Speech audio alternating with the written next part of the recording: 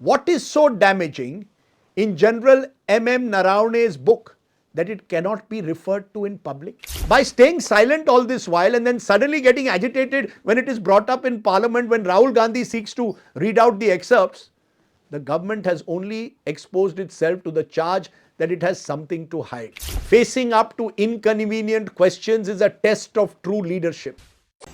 Views expressed in this blog are hosted on my own website, are strictly personal and do not reflect the views of any. Namaskar, hello and welcome friends to Straight Bat, my weekly video blog where, as the title suggests, I comment with a straight bat. Now, a retired army chief's unpublished memoir has been at the heart of a political tug of war in Parliament this week, especially in the Lok Sabha. In what is being seen as unprecedented, almost the leader of the opposition, Rahul Gandhi, was disallowed from referring to the memoir and the book in his speech. And in a tit-for-tat gesture, the opposition, especially the Congress, prevented Prime Minister Modi from speaking in the Lok Sabha in reply to the motion of thanks on the President's address. But beyond the polarized politics of Parliament, here is a question that I hope to answer today on the Straight Bat with a straight bat. What is so damaging in General Naravane's book that it cannot be referred to in public? Why is a book that was ready for pre-orders in December 2023 with advance copies also ready still not published more than 2 years later? To put it simply, who is so scared, my friends, of what General Naravane has written and why? First, let me give you the backstory that you need to know today. General Manoj Mukund Naravane was Army Chief from 31st December 2019 to 30th April 2022. It was in March 2023, almost a year after his retirement, that General Naravane was attending a book function in the national capital when he bumped into a publisher from Penguin. The conversation between the retired general and the publisher led the general to agree to write his memoir. So let's get this clear. It wasn't as if General Naravane's book is part of some grand pre-planned conspiracy against the government. Far from it. It is a pure coincidence that an army chief who self-admittedly is fond of writing agreed to pen down his memoirs post-retirement. Over the next 8 months, General Naravane, with military-style discipline, worked on the book. The book was handed over to the publisher sometime in November, early December 2023. The publishers went through the manuscript, completed the editing by December 2023. The release was planned for January 2024. In the third week of December, the book with its cover titled 4 Stars of Destiny was put up for pre-order on Amazon. No one at this stage, and this is important to know, neither from the Defence Ministry or the Government of India initially raised any red flag. General Naravane, you see, has an impeccable reputation as a man of integrity. It was also perhaps presumed by the publishers that a book written by a distinguished army chief of integrity would not incur the wrath of the establishment. The general too was presumably of the impression that the government would appreciate an honest book written by someone in a leadership position, which, by the way, contains several references in praise of the Modi government. How wrong the general and the publishers were proven to be. You see, as is usually the case with such memoirs, excerpts of the book are offered to newspapers and agencies to generate pre-publication publicity for the book. One excerpt was carried by news agency PTI in an article which referred to the Modi government's contentious Agnipath scheme. Referring to the Agnipath and Agniveers, the general writes, "When I first sounded out the Prime Minister about the tour of duty scheme, it was more on the lines of a short service option at a soldier level. Now, as it turned out, the government had planned a more ambitious, wider scheme that would involve all three services. General Naravane writes, "We in the army were taken by surprise by this turn of events, but for the Navy and Air Force, this came from as a bolt from the blue."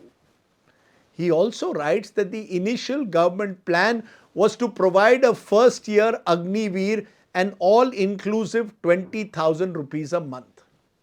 I quote him now, "This was just not acceptable. Here we are talking about a trained soldier who was expected to lay down his life for the country. Surely a soldier could not be compared to a daily wage laborer," writes the general. This critique of the Agnipath scheme was the first red flag for the Modi government. You see, the government had built this as their novel idea to revamp the forces. And here was a just retired army chief raising questions on it. The opposition and Rahul Gandhi in particular had already begun a public campaign against the Agniveer scheme. And with the 2024 general elections looming, the Modi government did not want the issue to get more traction. The second excerpt from the book, which detailed the behind-the-scenes events at the height of the standoff with China in eastern Ladakh in mid-2020, was carried by the Hindu newspaper. This is the same excerpt which has now also been carried by Caravan magazine in its latest issue that has become such a bone of contention. One specific line of communication from Defence Minister Rajnath Singh to General Naravane that has become controversial in particular. "Jo uchit hai wo karo. Do what you deem necessary," Singh told General Naravane reportedly on the night of August 31st, 2020, as Chinese tanks were moving near Rechin La along the line of actual control, and a call had to be taken whether to open fire or not. Now, this one line has two interpretations. There are those who suggest that the political leadership was giving the military full backing. The other is that at this critical juncture, the Modi government was abandoning its executive responsibility. General Naravane writes in his book about how he felt lonely at the time, although in subsequent interviews he has stated that the Indian military after years was looking at the Chinese bully in the eye. It is when these excerpts found their way into newspapers in the public domain in December 2023, late December, that the Modi government was suddenly alarmed. The publishers were then issued a diktat: suspend the publication of the book, no copies to be printed until the book is cleared by a Defence Ministry committee. This, my friends, is December 2023. We are now in February 2026. There is still no sign of any forward movement on the book. Penguin, the publishers, are clearly too scared or intimidated to get on the wrong side of the government or get an injunction or any court relief from what is prima facie an act of censorship. General Naravane has also chosen not to confront the government.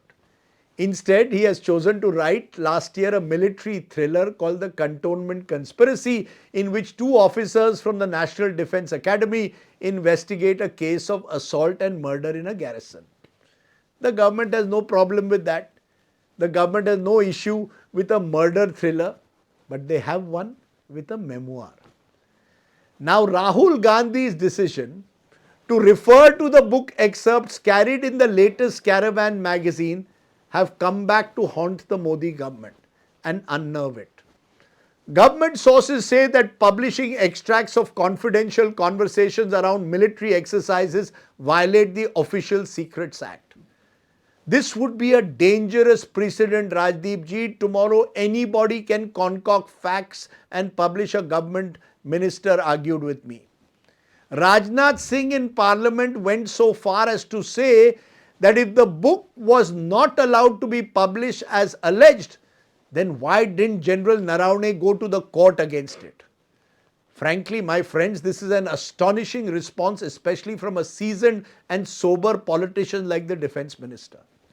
Firstly, General Naravane is not just anybody who will concoct facts. Secondly, does the defense minister really want a court battle with a retired army chief? By all indication, General Naravane is a fine officer and gent, not the kind who is spoiling to get into a fight with the government or seeking any post-retirement sinecure like many army leaders now do.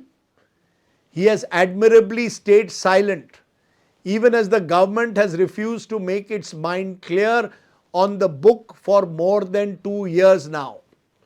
Instead of daring the general to go to court, shouldn't the government be coming clean and giving clear reasons as to why they won't clear the book for publication?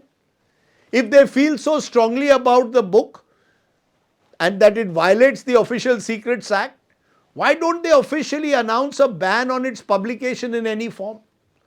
By staying silent all this while and then suddenly getting agitated when it is brought up in Parliament when Rahul Gandhi seeks to read out the excerpts, the government has only exposed itself to the charge that it has something to hide.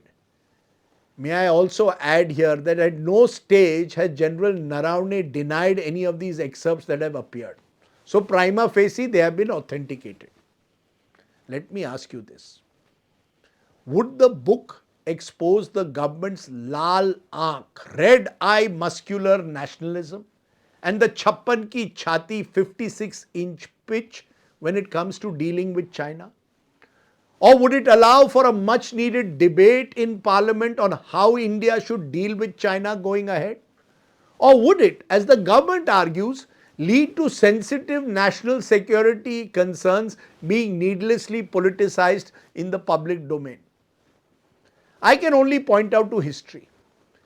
There was a book by Brigadier Dalvi, Himalayan Blunder, that pointed out to the many failures of the Nehru government in the lead up to the Sino-Indian War.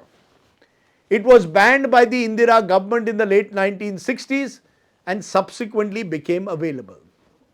Even so, Parliament did vigorously debate the 1962 war and Nehru's government's China policy at the time. No one was stopped from speaking. In fact, Atal Bihari Vajpayee made his reputation in those debates. Talking of Vajpayee, the towering BJP leader, when Vajpayee ji was Prime Minister in 1999, after the Kargil war, a comprehensive Kargil Review Commission was set up and its report was presented and tabled to in Parliament. The commission was headed by none other than the redoubtable strategic affairs expert K. Subramaniam, who is the father of none other than our External Affairs Minister Dr. S. Jaishankar. On the Galwan face-off and hostilities with China in eastern Ladakh in 2020, we now have movies being made, but there has been no debate in Parliament. Several adjournment motions have been moved time and again to discuss Sino-Indian relations. I have detailed them in my 2024 election book, but none has been allowed by the Speaker over the last 6 years. In fact, Manish Tiwari, who moved one of those motions, was told, please do not discuss this issue at all. My friends, debate is the heart of democracy.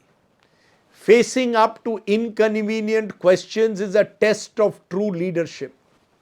But when information control and narrative building becomes such an integral part of power play and governance, then any debate on sensitive issues is an automatic casualty. Lal aankh rhetoric surely needs a reality check sometimes. Meanwhile, a retired general who served the country with distinction must patiently wait to see if his painstakingly written memoirs will see the light of day. Let me also say this only as a postscript today.